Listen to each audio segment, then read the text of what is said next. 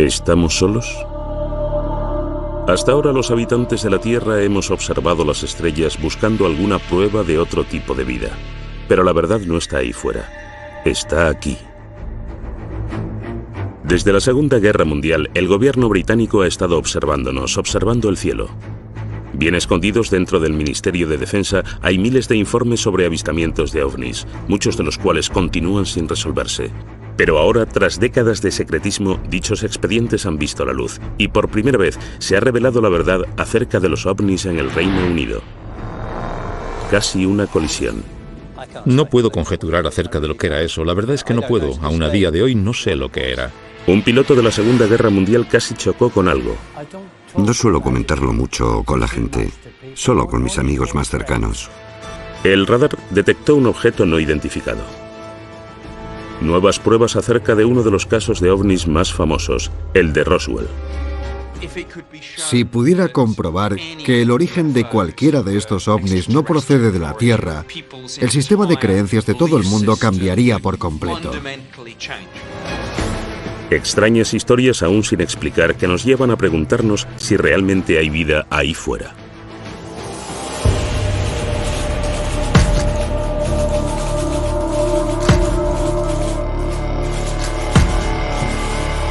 OVNIs en Inglaterra. Nuevas pruebas.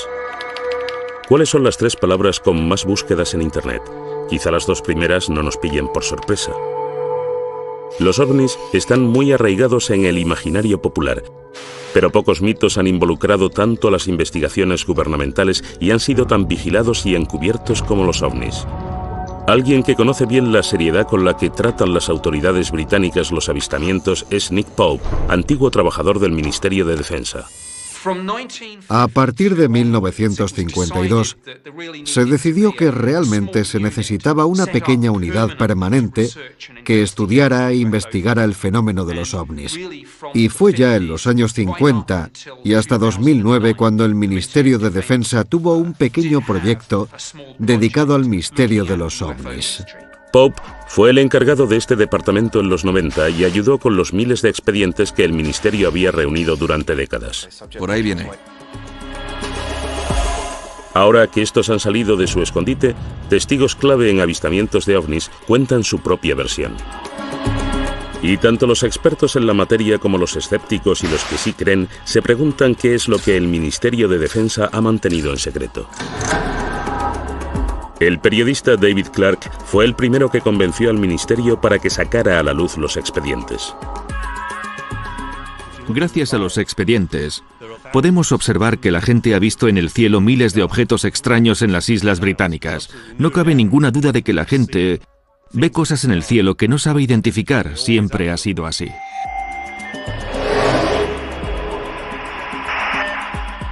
Caso 1. Piloto casi choca con objeto desconocido. 6 de enero de 1995. 2 experimentados pilotos de un Boeing 737 con 60 pasajeros que realizaba el trayecto Milán-Manchester informan de que casi chocan.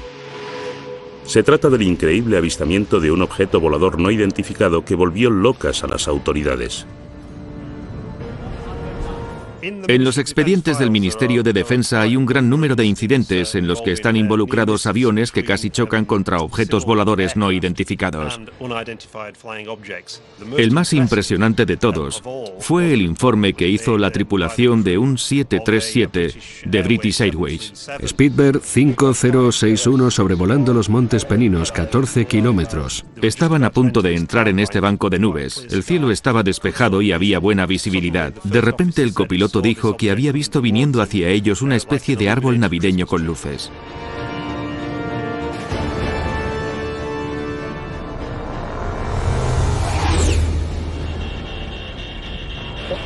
¿Pero qué era eso? Volaba tan bajo y tan cerca de ellos que automáticamente se agachó pensando que iban a chocarse. El objeto pasó zumbando muy cerca. Inmediatamente el copiloto miró al capitán y le dijo: ¿has visto eso? Y el capitán le contestó: sí, lo he visto. Inmediatamente, los pilotos llamaron por radio a la torre de control de Manchester. A los tripulantes de cualquier avión les preocupa mucho el posible daño que pudiera sufrir su reputación si se les empezara a conocer como los que ven platillos volantes. Por lo que resulta muy interesante que en este caso, y a pesar de eso, los dos pilotos decidieran que cuando aterrizasen iban a presentar un informe oficial para que las autoridades encargadas de la aviación civil llevaran a cabo una detallada investigación, que es lo que sucedió. Es la primera vez que los expedientes del Ministerio de Defensa muestran cómo este extraordinario suceso desencadenó una investigación a gran escala dirigida por el investigador de colisiones aéreas Anthony Booth. Para empezar, era algo muy extraño, ya que fue el único caso que recuerdo de los 7 años que estuve trabajando en ese departamento en concreto, en los que tuve que enfrentarme a una cosa así. Hablamos con los pilotos, con los dos, observamos las grabaciones del radar y las transcripciones de las voces de los pilotos, así como las grabaciones de lo que dijeron los de control de tráfico aéreo. Hemos buscado cualquier cosa que pueda arrojar algo de luz acerca de lo que pudo ser ese objeto. Los pilotos no quieren hablar públicamente de la colisión que casi se produjo, pero los expedientes del Ministerio de Defensa recogen lo que contaron en su momento a Anthony Booth. Al principio, centré mi atención en el brillante escudo que estaba delante de nosotros, pero algo que había a los lados me distrajo. El objeto tenía numerosas luces pequeñas y blancas, como un árbol de Navidad. Iba a mucha velocidad, y aunque era imposible calcular la distancia, estaba muy cerca. Existe la transcripción de la conversación entre el capitán del 737 y los de control desde tierra. Manchester, hablo desde el Speedbird 5061. Algo nos ha pasado por encima, por el flanco derecho a mucha velocidad. Y los de Manchester inmediatamente les contestaron, no se ve nada en el radar.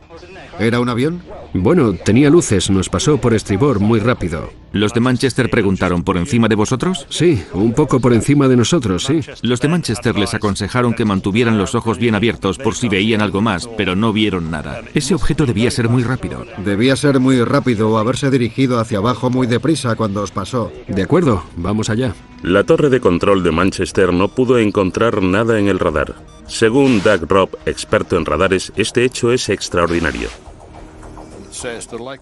La probabilidad de que no se detecte una actividad así es remota, ya que en la zona operan varios radares, y cualquier movimiento a esos niveles debería, casi sin ninguna duda, haber generado una respuesta en el radar, pero no se vio nada.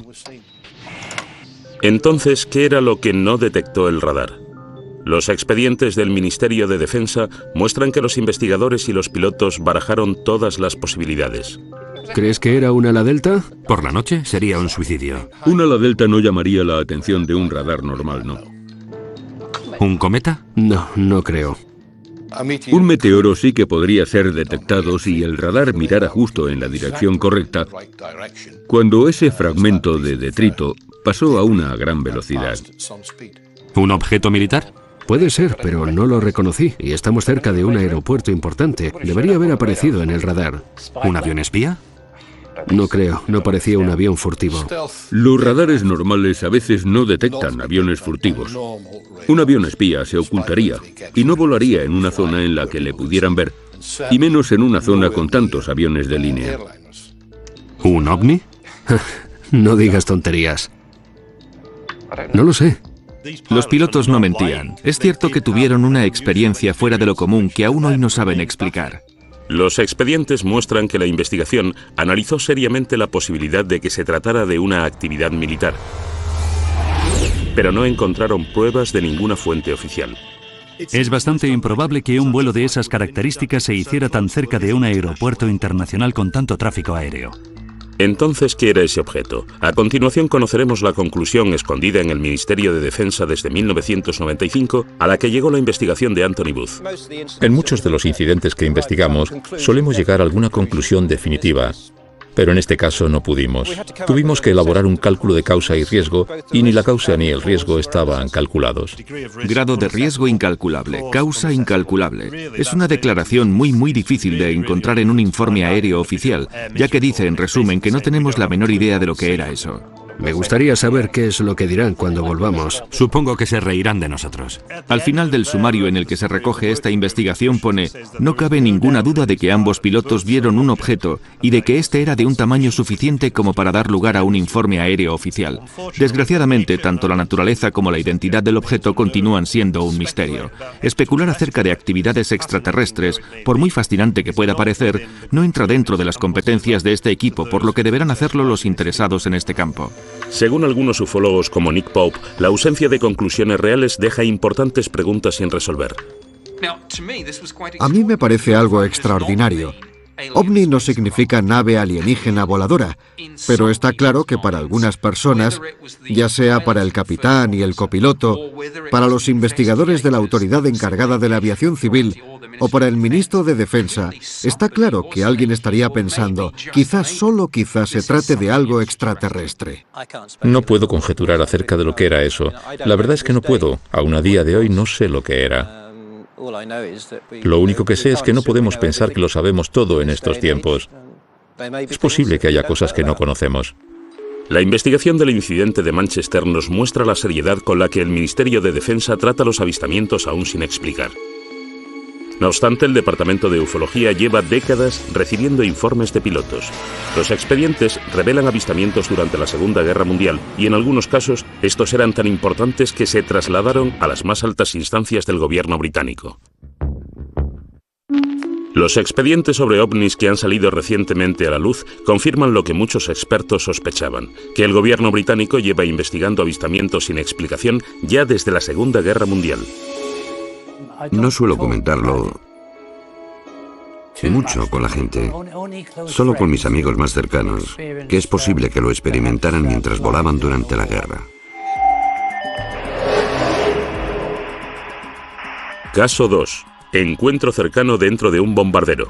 Primavera de 1944. Gran Bretaña descargaba grandes bombardeos sobre Alemania. Rumores acerca de extraños misiles sin identificar llegaban a oídos de los más altos cargos y se consideraban una amenaza para la moral pública. Los expedientes del Ministerio de Defensa muestran que la orden de mantenerlos en secreto vino desde las más altas instancias. Se trataba de avistamientos como el que vivió el artillero Bernard Day. Este de aquí es el diario que fui escribiendo cuando estuve en la guerra. Voy a leer lo que puse el 28 de abril. Operación Essen. 300 aviones sobrevolaban Essen. Day escribió entonces el avistamiento más extraordinario. Objetos no identificados, a los que describí como enormes bolas de fuego. Es la primera vez que Bernard Day habla en televisión de lo que ocurrió esa noche. Salíamos de la zona más peligrosa y ya volvíamos a Mildenhall, nuestra base. Nos dirigíamos a Francia y todo parecía en calma. De repente vi 3 bolas de fuego que venían desde abajo y se lo comuniqué a nuestro piloto, Arthur Horton, por el intercomunicador. Unos segundos después, un artillero que estaba detrás, Brian Harper, vio 2 bolas de fuego más.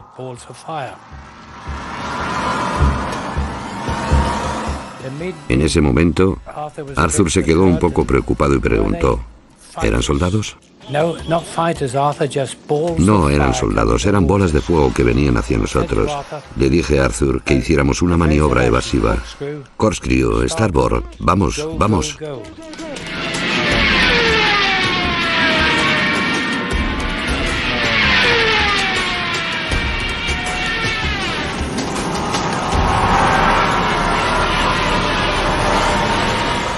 Íbamos a más de 400 kilómetros por hora.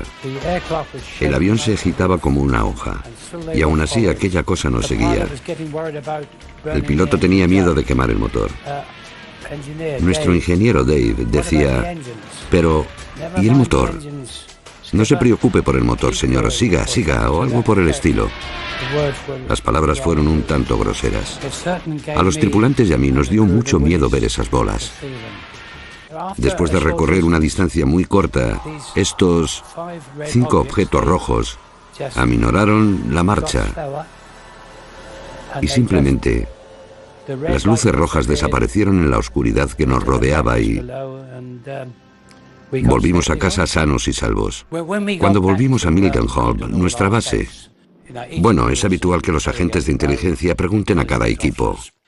No pararon de reírse de nosotros, lo que molestó al piloto, que les contestó que ellos no se reirían tanto si hubieran estado sentados dentro del avión con nosotros. ¿Qué cree el artillero Bernard Day que eran aquellos objetos? No supe qué pensar, pero creí que era simplemente una nueva arma que habían inventado los alemanes. Pero Bernard Day no es el único. Durante la Segunda Guerra Mundial, otra tripulación de un avión informó de avistamientos inexplicables, y ahora sabemos que al menos uno de esos informes se eliminó y de que la orden para hacerlo vino directamente desde las altas esferas. Al primer ministro durante la guerra, Winston Churchill, le asustaba tanto que el informe se filtrase que ordenó que no viese la luz en 50 años. El señor Churchill declaró que el incidente con el ovni debería permanecer clasificado durante al menos 50 años y que lo habría de revisar un futuro primer ministro. La orden de Churchill se refería específicamente a un avistamiento producido casi al final de la guerra por una tripulación aérea británica que volvía de una misión de reconocimiento de Alemania. En los expedientes consta: mi abuelo estuvo en un debate sobre un incidente inesperado que sufrió la tripulación de un bombardero de las Fuerzas Aéreas Británicas. Los expedientes del Ministerio de Defensa muestran que la historia se originó gracias al nieto de uno de los guardaespaldas de Churchill, que estuvo presente en una reunión urgente entre el primer ministro y el capitán estadounidense de las tropas aliadas, el general Eisenhower, que discutieron juntos este incidente. Escribió para ver si el ministro podía confirmar esta historia de que este hombre, que era guardaespaldas, estuvo presente en una conversación entre Winston Churchill y Eisenhower acerca de un misterioso incidente que vivió la tripulación de un avión de reconocimiento de la Fuerza Aérea Reales. Vieron un objeto metálico que apareció al lado de su avión y seguía al avión y se comportaba de una forma completamente inexplicable para ser un avión alemán o cualquier otro tipo de avión nazi o de objeto volador de los que ellos tenían constancia. Un importante experto en aviones también estaba en la reunión. Descartó la posibilidad de que fuera un misil, ya que los misiles no pueden igualar su velocidad a la de un avión que vuela más despacio y luego acelerar otra vez. Churchill se aseguró de que este asunto no llegara más lejos. Otra persona presente en la reunión planteó la posibilidad de que fuera un objeto volador no identificado, lo que hizo que Churchill anunciara que el incidente debía clasificarse inmediatamente. Pero el expediente llega más lejos. Una extraordinaria línea explica el terror que sentía Churchill a la reacción del público ante el avistamiento de este ovni si alguna vez llegara a hacerse público. Este suceso debe clasificarse inmediatamente, ya que provocaría una psicosis colectiva entre la población y destruiría la creencia en la Iglesia. Sin embargo, el expediente también desvela que no era la primera vez que Churchill se veía envuelto en este tipo de avistamientos. En octubre de 1912 se produjeron avistamientos de unas luces misteriosas en el cielo sobre los astilleros de Sheerness, en Essex. Winston Churchill era el primer lord del almirantazgo y tuvo que ocuparse de este asunto. Además, Churchill tuvo que admitir en el Parlamento que no podía explicar lo que se había visto. Los expedientes muestran que una vez acabada la guerra, Churchill se interesó por los avistamientos sin explicación. Tras los avistamientos de Washington DC en 1952, este tema acaparó muchas portadas. Winston Churchill se interesó de nuevo y mandó un memorándum al secretario de Estado del Aire. ¿Qué es todo esto de los platillos volantes? ¿Qué puede significar? ¿Cuál es la verdad? Hágame llegar un informe en cuanto le sea posible. Hasta ahora Bernard Day no sabía que había habido otros avistamientos durante la Segunda Guerra Mundial que Churchill quería mantener en secreto en un periodo tan crítico. Le enseñamos el expediente del Ministerio de Defensa acerca de Churchill que acababa de hacerse público. Después de leer este informe, me da la sensación de que es idéntico a lo que nosotros presenciamos y vimos esa noche. No había oído hablar de esto antes, pero no me sorprende que se lo contaran, ya que sucedieron durante la guerra. Y está claro que estos objetos existieron.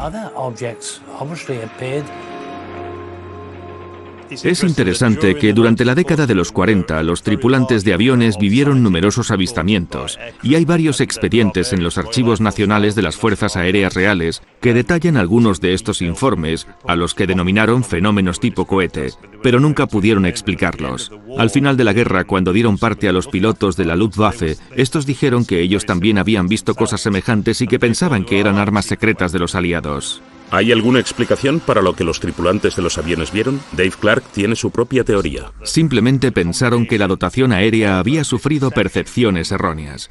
Estaban esperando la acción del enemigo y estaban demasiado cargados de adrenalina. Fueran ovnis o no, los expedientes muestran que los líderes de la Segunda Guerra Mundial estaban desesperados porque los avistamientos no salieran a la luz.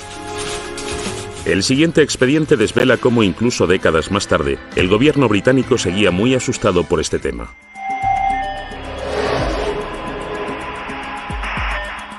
¿Se ocultaron fotos de ovnis?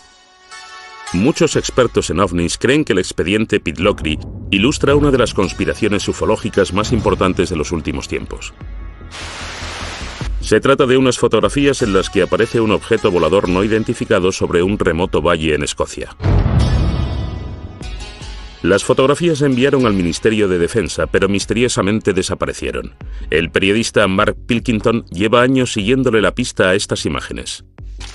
Las fotografías de Pitlochry en el Ministerio de Defensa se remontan al 4 de agosto de 1990, cuando dos testigos en la A9 cerca de Calvine, situado junto a Pitlochry, afirmaron haber visto en el cielo una aeronave grande y con forma de diamante durante unos 10 minutos y le hicieron 6 fotografías. El objeto que ellos afirman haber visto iba acompañado de 2 aviones que el ministerio identificó posteriormente como 2 Harriers.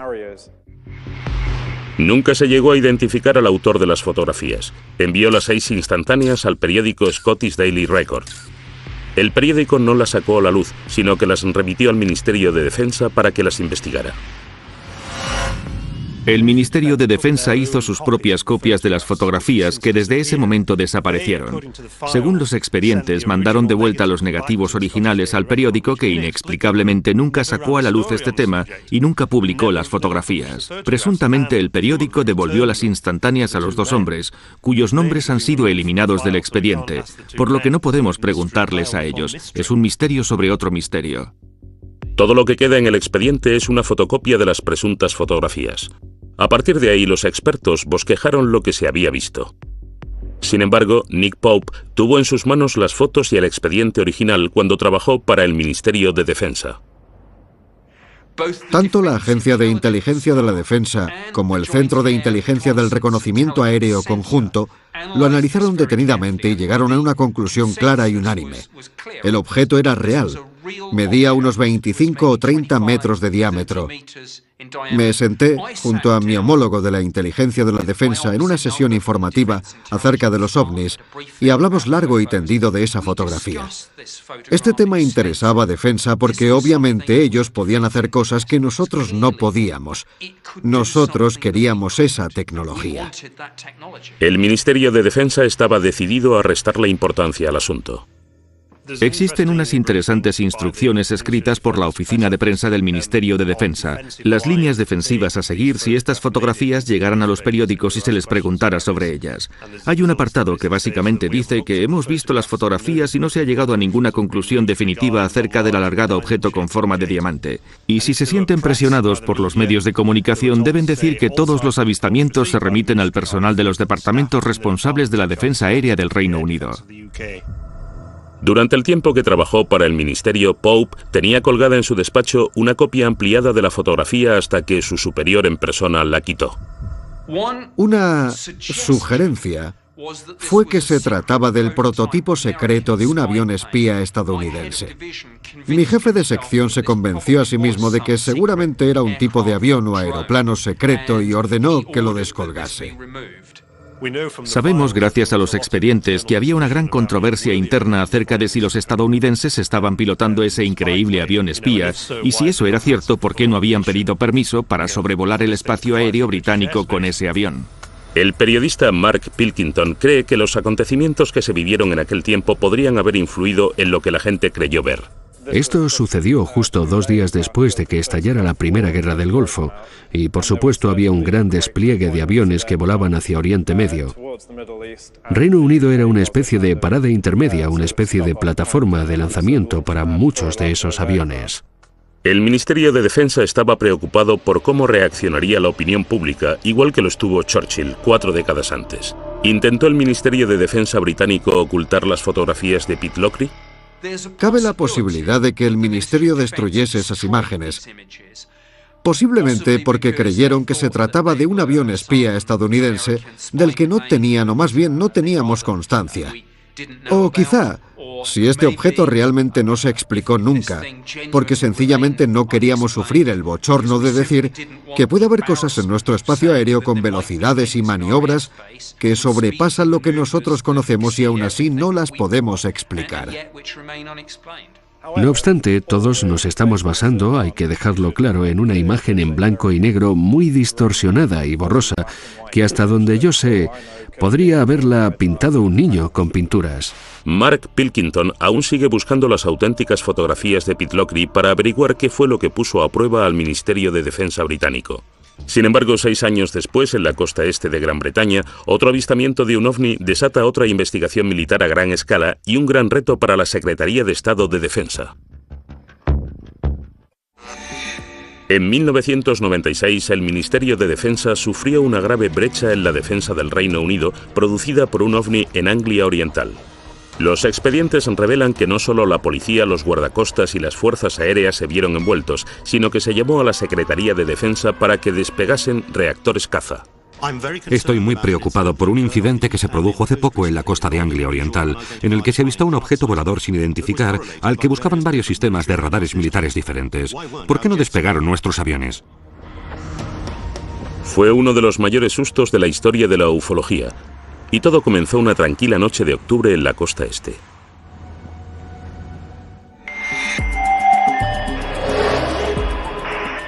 Caso 4. Despeguen. Fueron los agentes de policía los que llamaron primero informando del asunto. Hay un extracto sobre eso.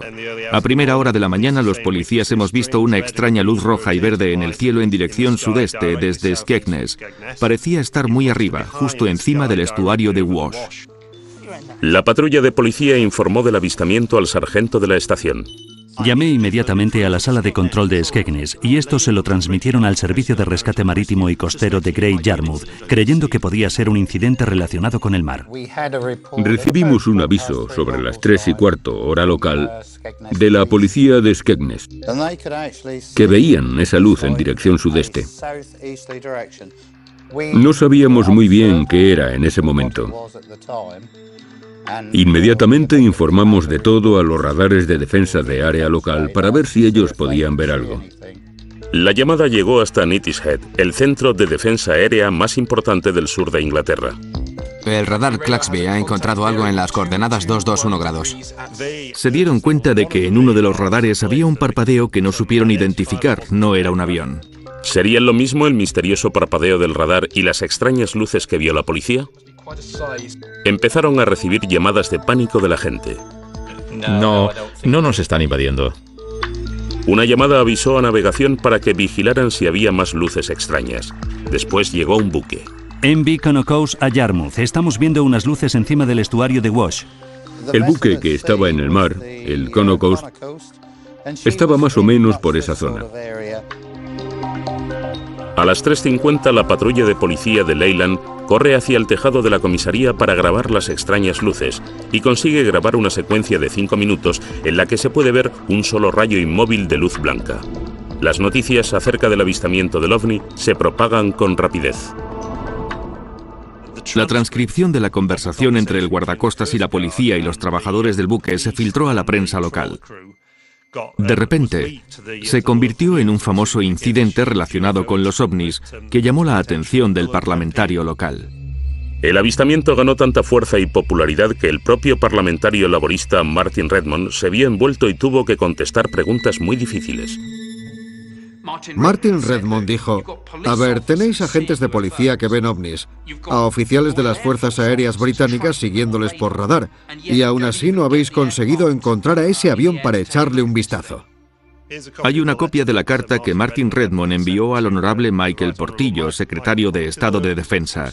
Dice así: estoy muy preocupado por un incidente que se produjo en la costa de Anglia Oriental hace poco, en el que se avistó un objeto volador sin identificar al que buscaban varios sistemas de radares militares diferentes. Estoy interesado en descubrir qué es lo que la gente vio. Mis principales preocupaciones surgen de la desmedida confusión que un acontecimiento como este provocó. En realidad está atacando al Ministerio de Defensa preguntándole ¿por qué no reaccionasteis? ¿Qué hacen las fuerzas aéreas británicas? Esto les ha hecho mucho daño. Los expedientes lo retratan como un momento de caos. La carta desató una investigación en el ministerio para explicar por qué las fuerzas aéreas no actuaron. Doug Robb era entonces el jefe de las operaciones nocturnas. Le enseñamos lo que el ministerio había descubierto y las conclusiones no le sorprendieron. Este diagrama muestra el gráfico producido por el radar en la zona de Boston en esa noche y, en conclusión, muestra que Class B sí detectó el objeto, pero no se movía y estaba en tierra. Tras investigarlo, llegaron a la conclusión de que se trataba de la torre de una iglesia, el Tocón de Boston, como se la conoce popularmente. Los expedientes afirman con rotundidad que este fue el culpable. A esta iglesia se la conoce como el Tocón de Boston en el mundo de la aviación, ya que a veces aparece en algunos radares, dependiendo de las condiciones de propagación del mismo. Dijeron que se trataba de un fenómeno que no está relacionado con el de las luces brillantes e inmóviles que había visto la policía de Boston y Skegness y la tripulación del buque. El informe concluía que la orden para que despegasen los cazas no estaba justificada, para disgusto del parlamentario Martin Redmond. Los aviones podrían despegar si un objeto a unos 500 kilómetros se acercara a gran velocidad, pero no van a despegar por algo inmóvil que está en tierra. Quiero decir, ¿qué amenaza había? Si lo que detectó el radar era de verdad una iglesia, ¿qué eran las misteriosas luces que vieron la policía y los del buque? El Ministerio de Defensa escudriñó la secuencia de vídeo grabada por la policía. Parece una luz lejana que viene del cielo. El Ministerio de Defensa envió la secuencia al Real Observatorio de Greenwich para que éste la analizara. Ese informe permanece encerrado desde 1996 en el Ministerio de Defensa. El experto en ovnis y astronomía, Ian Redpath, vio tanto las conclusiones como el vídeo de la policía. Si miramos el vídeo, lo que veremos es un brillante punto de luz que permanece inmóvil y que parece que no está haciendo nada. Por eso lo que yo creo es que hasta los testigos más capacitados pueden caer en un error muy básico, que es confundir los cuerpos celestes. El que confunde más suele ser Venus. De hecho, se le conoce como la reina de los ovnis, porque por la noche es el cuerpo más brillante del cielo detrás del Sol y la Luna, y eso es posiblemente lo que vio la policía. También cree que existe una explicación para el color de las luces.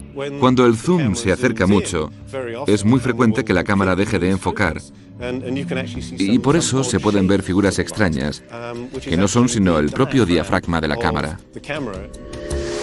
Pero esto tampoco explica lo que vio la tripulación del petrolero. La investigación del ministerio afirma que vieron una luz que no iba en la dirección de Venus. Y eso les confundió. Estas luces siguen sin tener una explicación. Pero el experto Ian Redpath cree que sí existe una respuesta. El objeto que vieron al norte los del buque, creo que es otra estrella brillante llamada Vega, que parpadea y emite luces de múltiples colores. El escéptico experto en ovnis Dave Clark cree que existe una razón por la que este incidente se convirtió en tan relevante. Esto sucedió en 1996, cuando la serie Expediente X tenía sus cuotas más altas de popularidad en la televisión. Ese fue el año 1996 y también el 97, en los que más informes se recibieron desde 1978. Entonces, ¿está ya cerrado el caso de Anglia Oriental?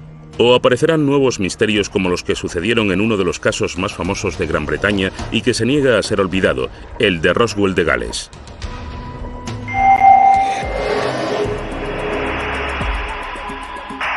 Caso 5. El caso de Roswell de Gales.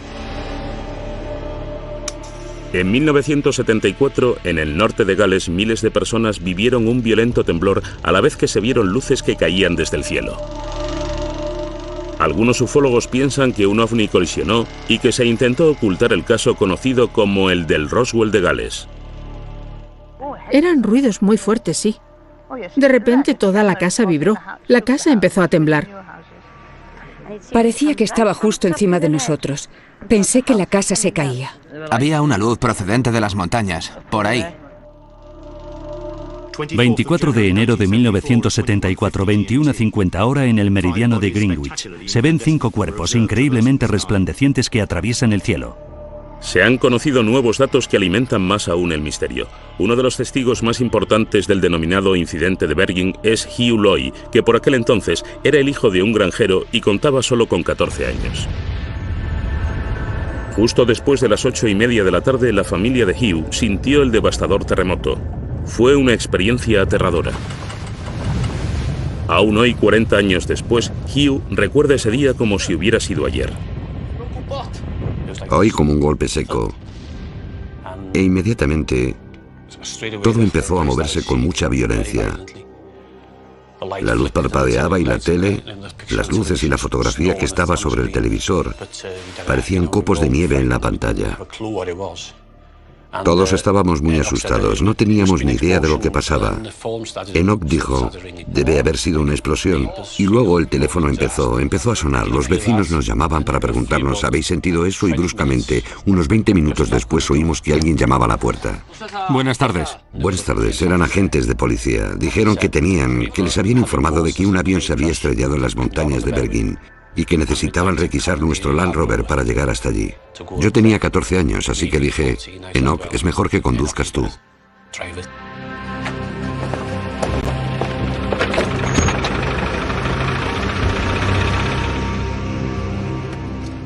Y continuamos por la montaña durante casi 1 kilómetro, igual más de 1 kilómetro.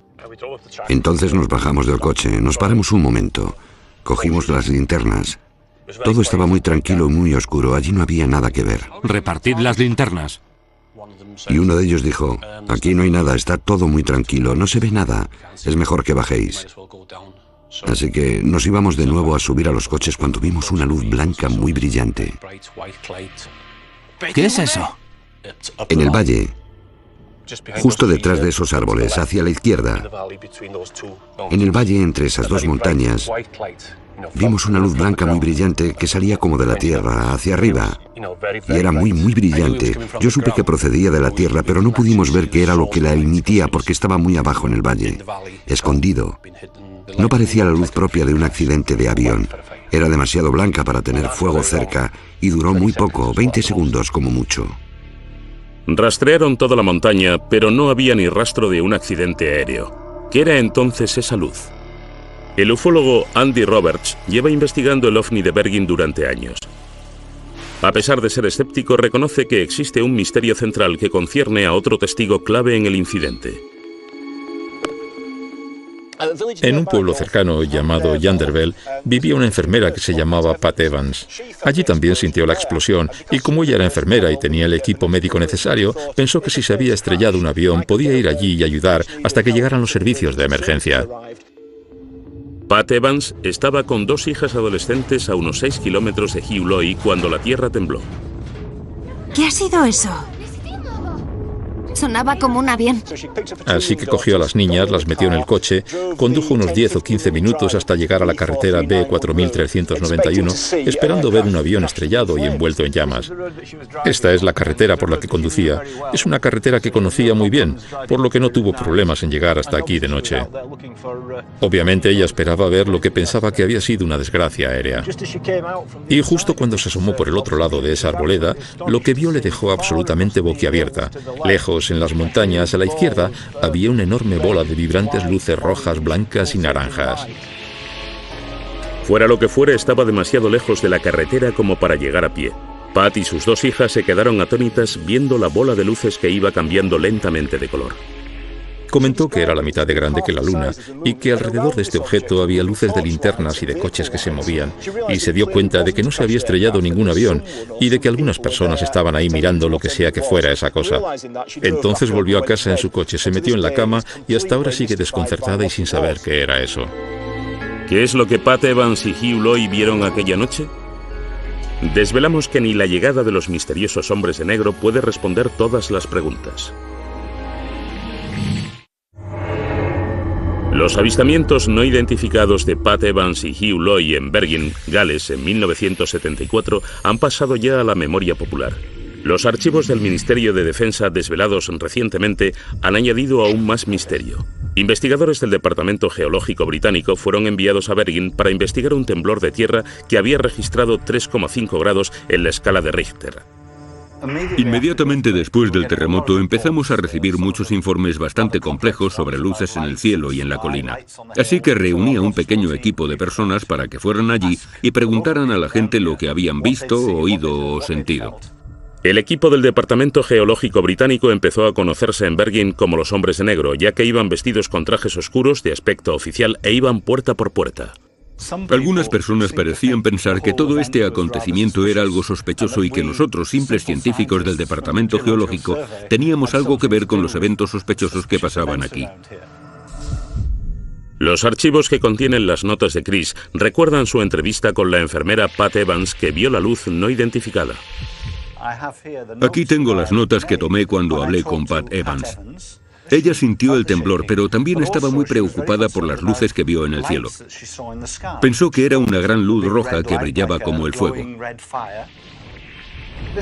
Esta es una copia de uno de los mapas que nosotros y nuestro equipo usamos cuando estábamos por la zona hablando con la gente.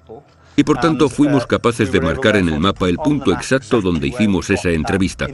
Y por tanto, lo que exactamente esa persona vio, oyó y sintió. Este mapa del Departamento Geológico Británico, que antes no había visto la luz, es una revelación. Muestra las luces anómalas que vieron Pat Evans y Hugh Loy. Ambas aparecieron en la misma pequeña zona de la ladera, al mismo tiempo. El ufólogo Andy Roberts vuelve al mismo punto de la ladera donde Pat y sus hijas vieron el ovni. Y donde Pat Evans contó su historia a Andy Roberts en 1998. Cuando llevé a Pat Evans hasta esta carretera de montaña en 1998 y me contó su historia, la fotografié.